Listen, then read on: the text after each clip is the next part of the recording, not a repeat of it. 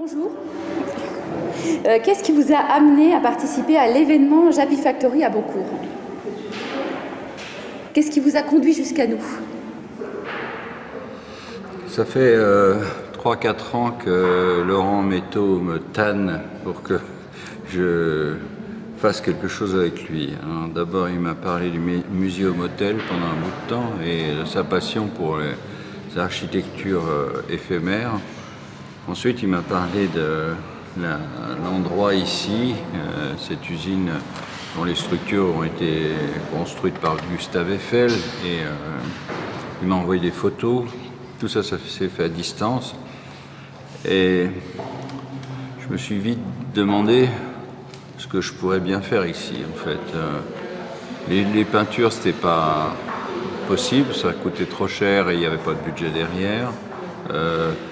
Je travaille aussi sur d'autres surfaces qui sont des surfaces fragiles, comme des rideaux de douche, par exemple. Et là, les infrastructures ne me garantissaient pas que les œuvres me reviennent dans le même état que je les avais livrées. Et quand cette année, il m'a encore redemandé le truc avec beaucoup de gentillesse et beaucoup d'insistance, tout d'un coup m'est revenue l'idée, cette envie que j'ai depuis 10 ans de construire ce projet que j'appelle Manhattan Project, qui est la ville de la reconstruction, en fait. Quand je suis parti m'installer à New York il y a 10 ans, après la mort de mon père, j'avais besoin de me reconstruire à l'intérieur de moi. Et comme ce qu'on fait est toujours ce qu'on est, petit à petit, ces sculptures apparaissant en moi m'ont ramené à des tas de séquences de mon enfance. J'étais fils d'un antiquaire décorateur à Nancy qui avait fait des études d'architecture interrompues par la Gestapo. Envoyé en camp de concentration, il a été torturé en même temps que Stéphane Hessel, qui était son chef de réseau. Stéphane Hessel, vous voyez qui c'est.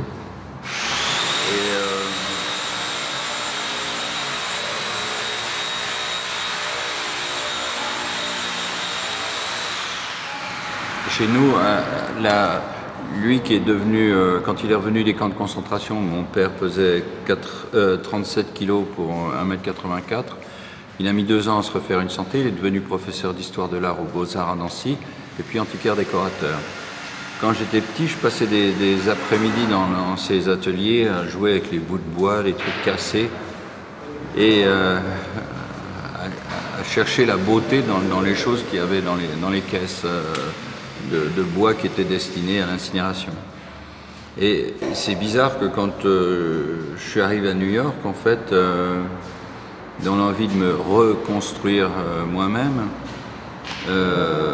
juste après 2001, en fait, c'était en 2002-2003, cette notion du soit devenue quelque chose qui m'a donné la sensation qu'on ne voyait pas les choses de la même manière selon qu'on les faisait ou qu'on les refaisait. Donc dans cette œuvre Manhattan Project, qui est réalisée ici avec il y aura 100 pièces, c'est comme redonner une dimension à quelque chose qui était à l'intérieur de moi, en fait, comme un désir vraiment profond. Et qu'est-ce qui vous a donné envie de faire les Beaux-Arts? Les Beaux-Arts, j'ai toujours mené en parallèle.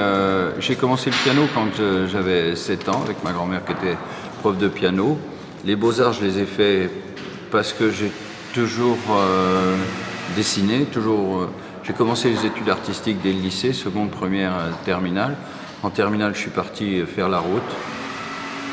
Et je suis entré aux Beaux-Arts parce que je voulais devenir metteur en scène de cinéma. Et comme on m'avait dit qu'aux Beaux-Arts, il n'y avait pas besoin du bac, et que je venais de faire la route pendant 8 mois, je suis rentré aux Beaux-Arts dans l'espoir d'y rentrer comme ça. Et là, à ce moment-là, quand j'ai passé mon concours, on m'a dit « Ah ouais, mais ce serait quand même mieux si vous aviez le bac. » Ah putain, ouais, mais il fallait me le dire avant, si je puis dire. Et donc, je me suis colté de passer mon bac en candidat libre. Tout seul, et je l'ai eu d'ailleurs, je suis passé à un point de la mention. Mais je suis donc entré aux Beaux-Arts pour devenir metteur en scène de cinéma, parce que les choses qui sortent de mes mains, selon que j'écris, selon que je fais de la musique ou selon que je fais des arts visuels, les choses sont différentes. C'est comme si c'était l'expression d'une autre partie de moi-même. Et par exemple, sur le dernier disque, j'ai fait une chanson sur l'anorexie. Il ne me viendrait pas l'idée de faire un tableau sur le même sujet. Il y a des choses, il faut trouver le moyen en fonction de ce qu'on a à dire. Ou plutôt, ce qu'on a à dire sort coûte que coûte, quel que soit le moyen qu'on choisit.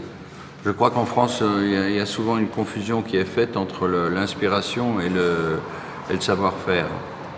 Les gens confondent souvent le fond et la forme. Alors c'est amusant parce que la prochaine question est vous vous définissez comme un artiste multiste. Qu'est-ce que cela représente pour vous? Exactement. La thèse de mon diplôme de fin d'études était sur la polymorphie de l'esprit. Quand j'avais 12 ans, quand en allant visiter une exposition dadaïste avec mon père, j'ai eu vraiment la sensation que c'était ce que je voulais faire. C'était en voyant cette expo que je me suis dit je serais artiste.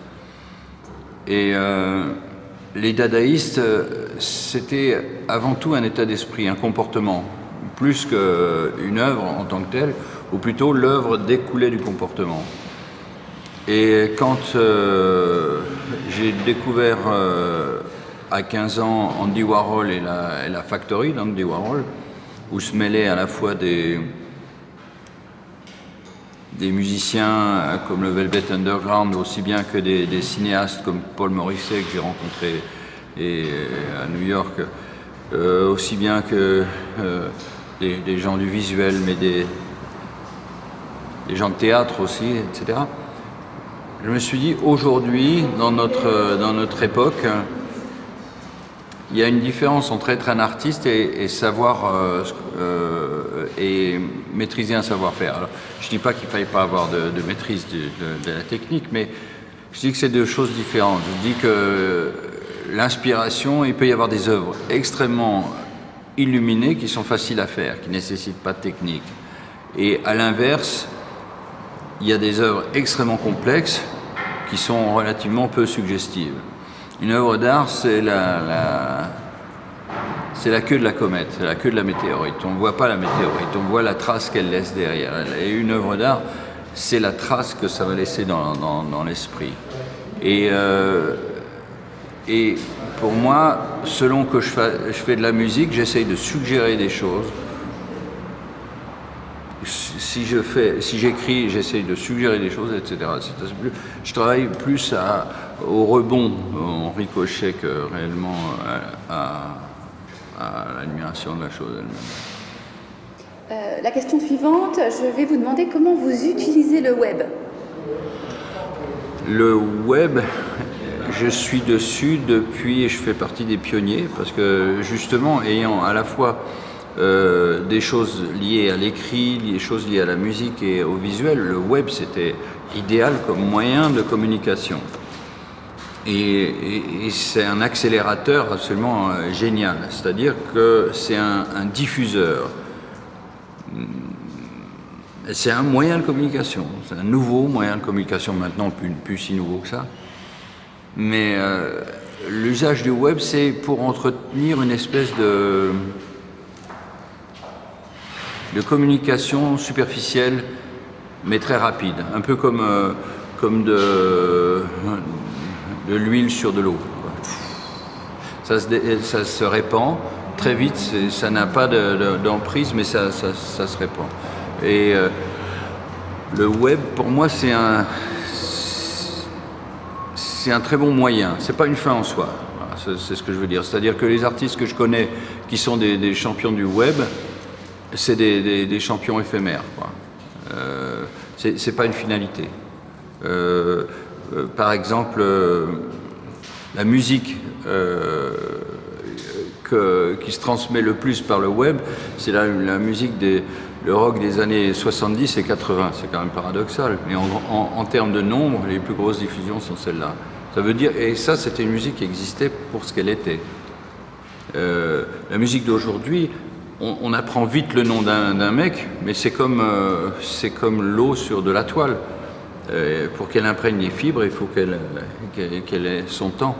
Malheureusement, ça va tellement vite avec Internet, souvent que les choses sont connues avant même d'avoir eu des racines. Donc, le danger, encore une fois, d'Internet, à la fois son excitation, c'est la vitesse, c'est-à-dire la possibilité d'irradier à toute vitesse. Le danger, c'est que souvent, il n'y a pas le fondement et la profondeur.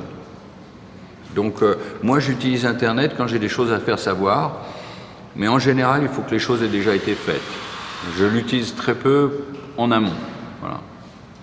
Est-ce que vous pensez reproduire le moment de poésie, enfin à mon sens, hein, que vous avez produit dans un parc de Brooklyn? J'ai trouvé ça très très joli. Ah oui, ouais.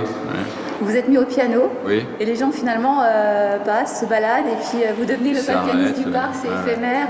Ouais, c'est génial. Ouais. Est-ce que vous pensez le reproduire à Montbéliard ou à Beaucourt? C'est l'occasion qui fait le larron, hein, vous savez. C'était un projet de la ville de New York que j'avais trouvé absolument géant.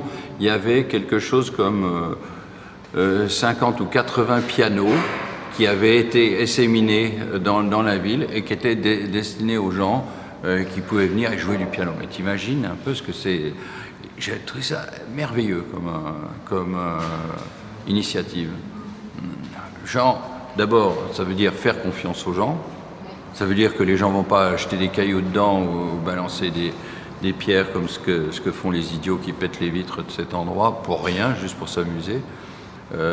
Ça veut dire à la fois une conscience civique, et puis alors, moi j'ai entendu après un gamin de 13 ans qui jouait super bien, un chinois, qui s'est mis après moi sur le truc. Ah, c'était super, quoi. Et des initiatives comme ça, je trouve ça très bien. Mais encore une fois, j'insiste, Laurent, qui, en me proposant de m'assister pour la réalisation de ce truc-là, a rendu la chose disponible. Donc, c'est toujours une question de circonstances. Je réponds souvent à mes mails, c'est la conclusion.